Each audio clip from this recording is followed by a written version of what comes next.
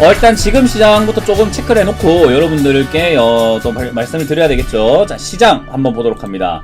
오늘 시장 많이 올랐어요. 오늘 시장이 1.6% 정도 올랐는데 뭐 지수 포인트 상으로 뭐 퍼센트 상으로 많이 올랐다라는 느낌보다는 쌍바닥을 뚫고 올라갔다는 게 굉장히 의미가 있는 날이었죠.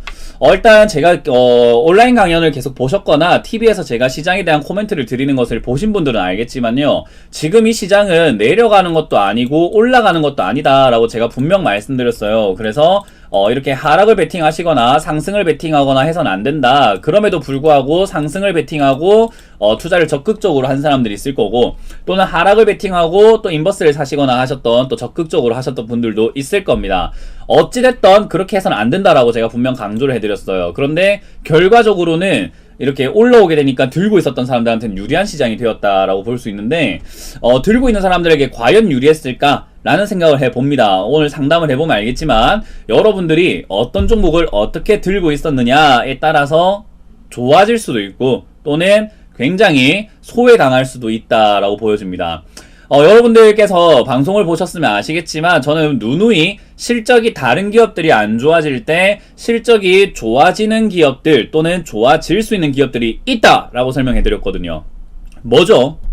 게임 관련주, 보안 관련주, 그죠? 결제 관련주, 이런 것들 분명 실적 이슈 때문에 움직일 수 있다. 그렇기 때문에 미리미리 사놓고 기다리는 게 제일 좋다라고 제가 거의 한 4월달, 5월달부터 계속 말씀드렸어요.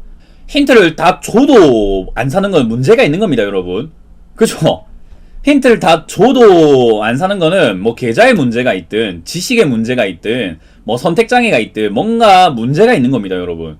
힌트 분명히 다 줬는데, 대놓고 줬는데, 공짜로 줬는데, 물론 종목까지 해가지고 매수가까지 전략까지 다 짜가지고 이렇게 입에 넣어 드릴 수는 없지만 그래도 저희가 힌트를 드릴 수 있는 부분들은 최대한 드렸단 말이에요.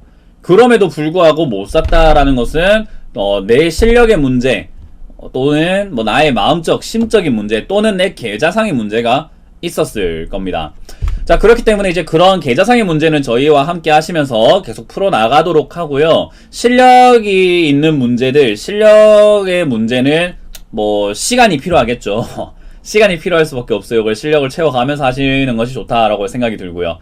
자, 어쨌든 그런 관련주들이 오늘 이렇게 상방향으로 틀게 되면서 굉장히 많이 올라갔어요. 이를테면 게임 관련주는 급등주 굉장히 많았죠. 그렇게 되면서 시장은 지금 이제 2200포인트를 다가가고 있습니다. 2200포인트로 서서히 야금야금 다가가고 있어요.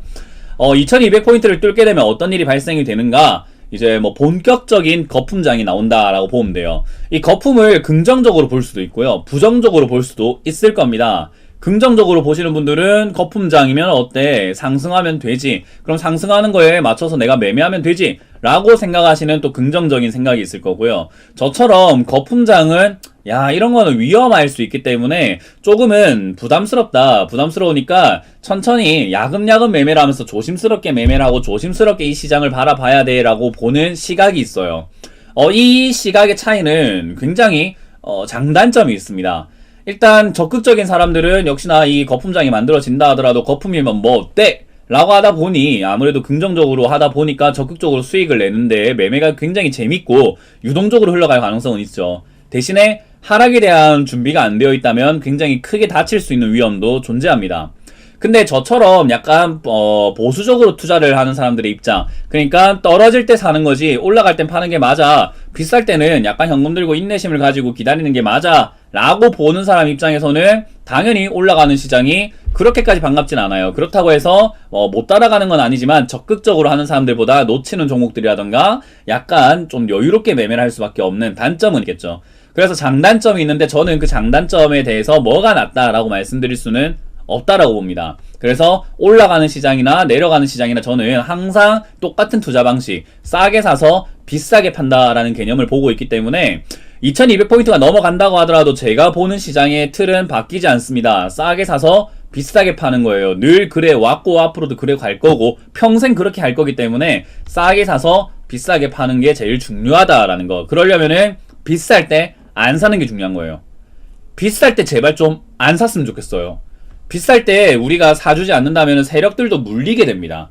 그죠? 상식적으로 생각을 해보면은 누군가는 비싸게 팔려고 주가를 끌어올리고 어떤 이유를 들었든 간에 끌어올린단 말이에요. 그런데 우리가 그걸 비싸게 사주지 않는다고 한다면은 반드시 세력들도 물릴 수밖에 없어요. 아무도 안 사주니까.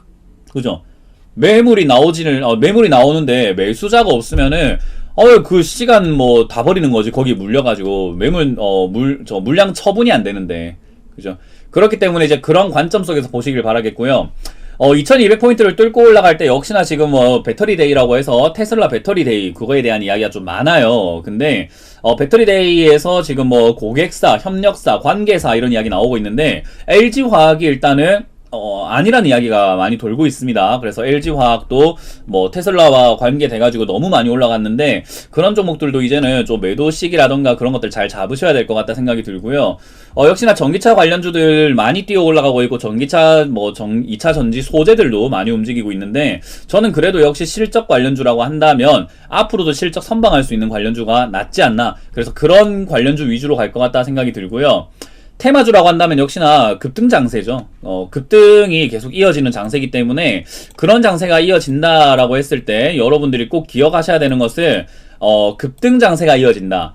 그걸 무조건 좋다라고만 개념을 잡으시면 안 돼요. 테마 장세가 이어진다라는 거기 때문에 테마의 순환매라든가 테마를 내가 잘 잡아서 대응하지 않으면은 반드시 손실날 수 있다라는 것을 명심했으면 좋겠어요.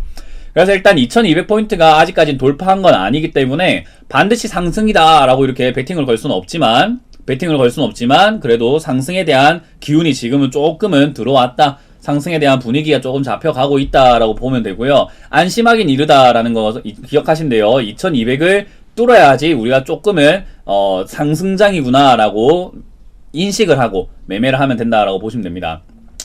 자, 그래서 지금은 아래쪽으로는 역시 2080포인트가 계속 하방 쪽으로는 위험한 자리이기 때문에요. 저 자리는 약간 여러분들이 보수적으로 보시면서 조심해야 된다라는 것만 기억하시면은 어려울 건 없는 시장인 것 같습니다. 그래서 오늘 급등한 종목들도 역시 보면은 많은 기업들이 있었지만은 영양가가 있었다라고 볼 만한 기업들은 그렇게까지 많이 없었기 때문에요. 영양가가 있다라고 할 만한 기업들은 게임 관련주와 거기서 파생되는 관련주에 여러분들 좀 관심을 가졌으면 좋겠습니다.